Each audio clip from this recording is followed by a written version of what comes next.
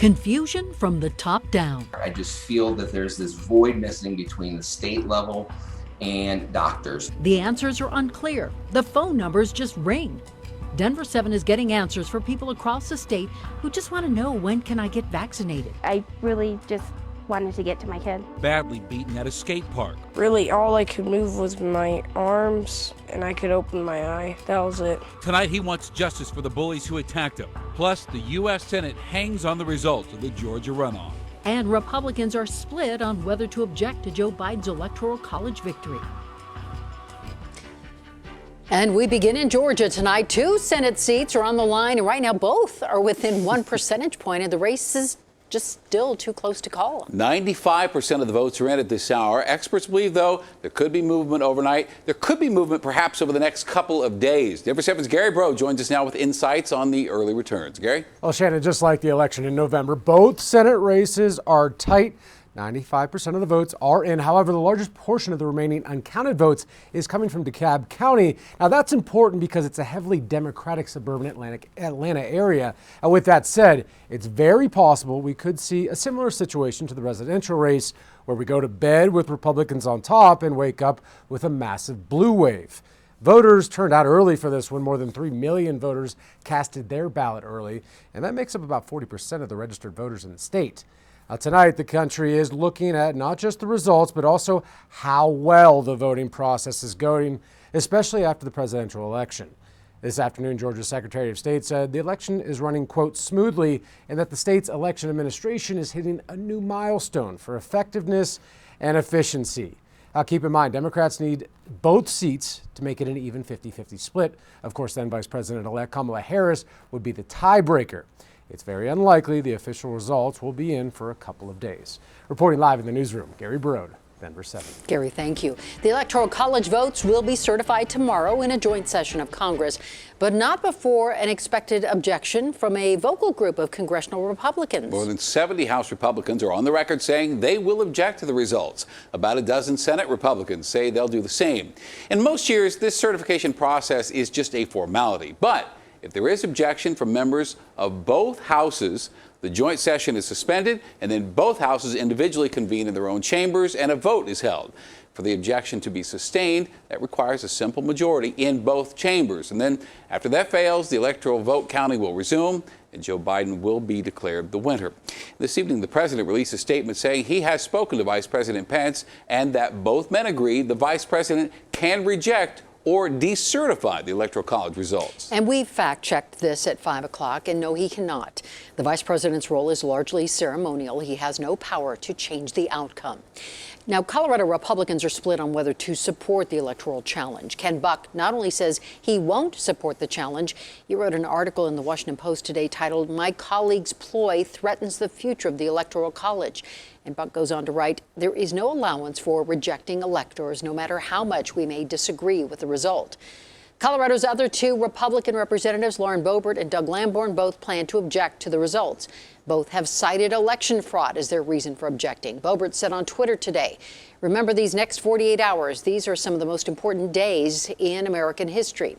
And we spoke to Congresswoman Boebert yesterday and asked her to provide us with a concrete example of voter fraud to justify her objection.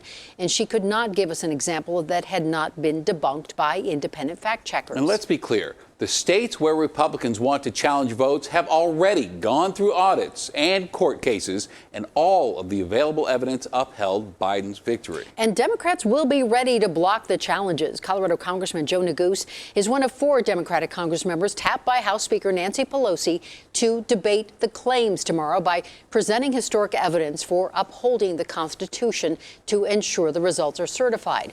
Pelosi says their job is to provide justification for respecting the will of the people. Capitol Police already dealing with large pro-Trump crowds, and this was seen at a rally today. There's a bigger rally planned for tomorrow. Organizers have called for demonstrations in every state capital in the country. We've already seen groups planning one here in Colorado's capital. We will be providing you with live coverage all day tomorrow. Congress meets at 11 o'clock a.m. our time. There is no set time to end. And you can follow it all by downloading Denver7 News for your Roku, Apple TV, Amazon Fire, or Android device. We are headed in the right direction in the fight against coronavirus. 988 hospital beds are being used by patients with the virus or virus symptoms, and that is the lowest number in 2 months. As of tonight, more than 120,000 people have received that first dose of the vaccine in Colorado, and that's a little less than half of the total number of vaccine doses Colorado has received. And we have reached out to state leaders to find out if they're holding people's second dose in reserve. They have not answered that question tonight, but they are providing some clarity on how the next stage of the vaccination process will play out. Keyword some. Here's Denver7 CB Cotton. For the first time today, CDPHE provided a clear answer for where eligible Coloradans, like those over 70, can get their vaccine. But it's become clear to Denver7 and Coloradans in that age demographic that many providers don't have the supply to vaccinate those 70 and older. Here's how it shakes out. Hospitals, health systems, pharmacies, and safety net clinics will vaccinate people over 70. Local health departments will handle the high-risk healthcare workers in Phase 1A. Then, other healthcare workers and first responders in Phase 1B, and people in long-term care facilities will be vaccinated through a partnership with the federal government. The goal is to finish Phase 1A by next Friday and to wrap up Phase 1B by the end of February. But Denver7 has seen unprecedented emails from people who say they've been trying to get the vaccine for weeks, calling the state's COVID-19 hotline with no luck. I really didn't get anywhere with the recorded line at all. And when we tried to call the line, we were disconnected after 6 minutes and 25 seconds. When we tried to ask about hotline concerns, we received this statement in response with no direct answer to our question. And the state's new vaccine data dashboard released tonight doesn't include any data about which county is in which phase. So if you're trying to figure out if you can actually get the vaccine,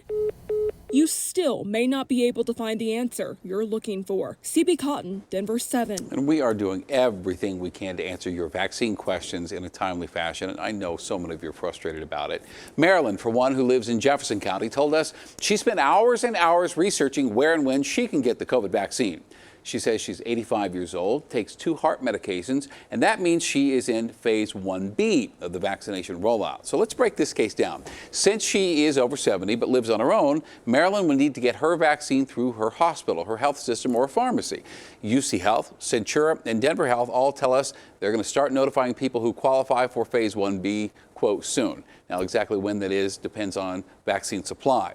If Marilyn does not want to go that route, she could reach out to CVS or Walgreens or another retail pharmacy, but many of them will not be vaccinating the over 70 population until after Martin Luther King Jr. Day at the earliest. So we encourage you, try the state's hotline if you have specific questions. Also, please keep emailing us. I tell you, we are working around the clock for you here, 360@thedenverchannel.com.